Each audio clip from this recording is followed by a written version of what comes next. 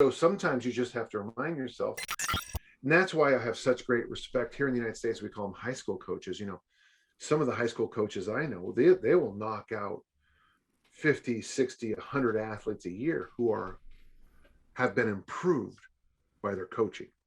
And to me, I study those guys and girls, the ones that take large groups of just kind of normal people Hmm. and have some traction on the way to improvement.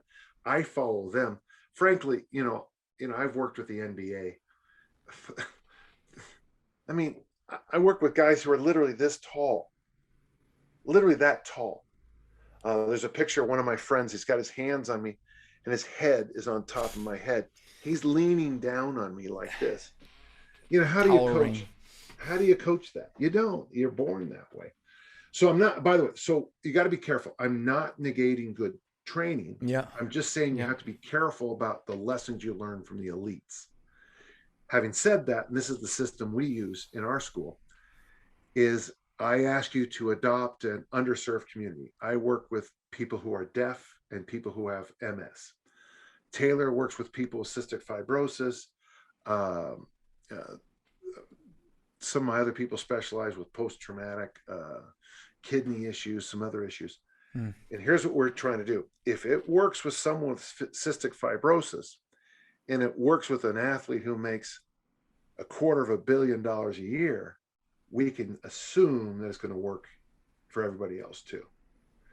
The problem you run into is that we got this elite, well, not this athlete, but this athlete here to improve a little bit. Okay, that's great. Did it work over here with the patient with cystic fibrosis? No.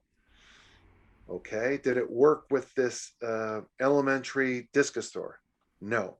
Then I'm going to say, okay, that it works with elites maybe, or it might have Yeah. just I simply get your worked point. I see your because point. they had a day off. I mean, sometimes when you work with elite athletes, the mere fact that you had an easy day or just something new made them get better because they're so beat up all the time.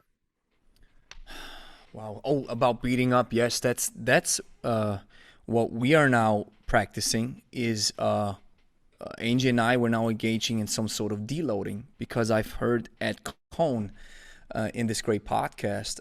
He said the reason why I was able to lift or to stay in the game is he said most people lift too heavy for too long, Yeah. right? So you gotta understand to put some the brakes again, right? Putting in those brakes and stop your ego. I mean, recently I've lifted with 212s, Yeah. 212 kettlebells, and for me, I really had to tell my brain. You mentioned monkey brain the last time. I had to tell monkey brain, shut up and sit down. I'm using these 212s now. And while I was working out, they felt so light, but stop it, man. And I love what Stu McGill said. He said recovery and is so important because if you keep beating up, like you said, beating up your body, then the recovery is not catching up. You might find this interesting. Two of my best friends in the business are Stuart McGill and Marty Gallagher, who coached Ed Cohen. Yeah, very cool So, friends. I like to have them as well. so when I'm So so when I'm great. talking about elite things, those are the first two people I often turn to. They're not working with 14-year-old boys. They're not working with, you know, sometimes if you want to become a great strength coach, get involved with a fringe sport, a very small, unpopular sport. Because if you bring weightlifting into a small sport that's not very popular yet, you can have a massive impact. But here in the United States, you're not going to have any impact on track and field and American football. I don't care how great of a strength coach you are. You're going to practically have no impact on your teams because your teams are already doing almost everything you can think of. It's overly saturated, right? So find a sport that not very many people are doing, like, I don't know, become the strength coach for a windsurfing team, become the strength coach for, oh, I Badminton love, team. Mm. yeah, badminton. I love that sport you guys play in Europe. We do play a little bit here. You guys call it handball. But Handball. Ja, genau. Yes.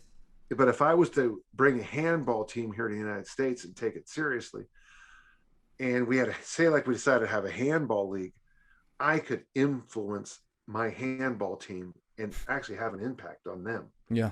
But once every one of those handball guys makes 15 to 100,000, check that, 15 to 25 million dollars a year, the impact of me as a strength coach is going to disappear because they're already doing all that stuff. Thank you for watching. If you enjoyed the video, like it, consider subscribing if you want to see more kettlebell content. And if you're looking for a kettlebell program that builds you up from a beginner to a slowly advanced trainee in the course of about 3 months, and you maybe want to combine it with some easy to follow nutrition coaching because maybe you want to lose weight or you want to get in shape, then check out 90 Days of Kettlebells. You'll find the link in the description. 14-day free trial included.